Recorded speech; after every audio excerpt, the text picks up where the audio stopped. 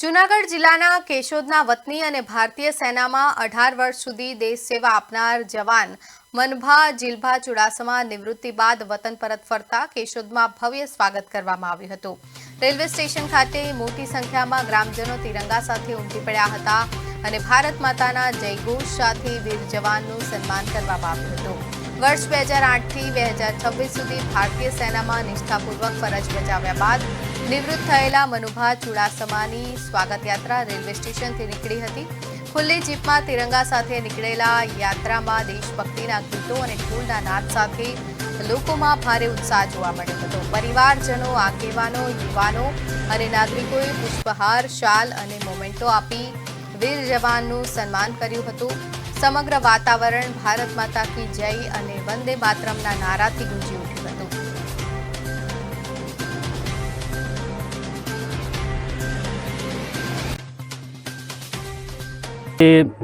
17 વર્ષ 11 મહિના 9 દિવસ થઈ અને મેં એવી કોઈ જગ્યા નથી કે મારે કોઈ જગ્યા બચી ગઈ હોય। બધી જગ્યા મેં કાપી લીધી, એક બિહાર સિવાય। બિહારમાં નથી ગયો એટલો ક્યાંય।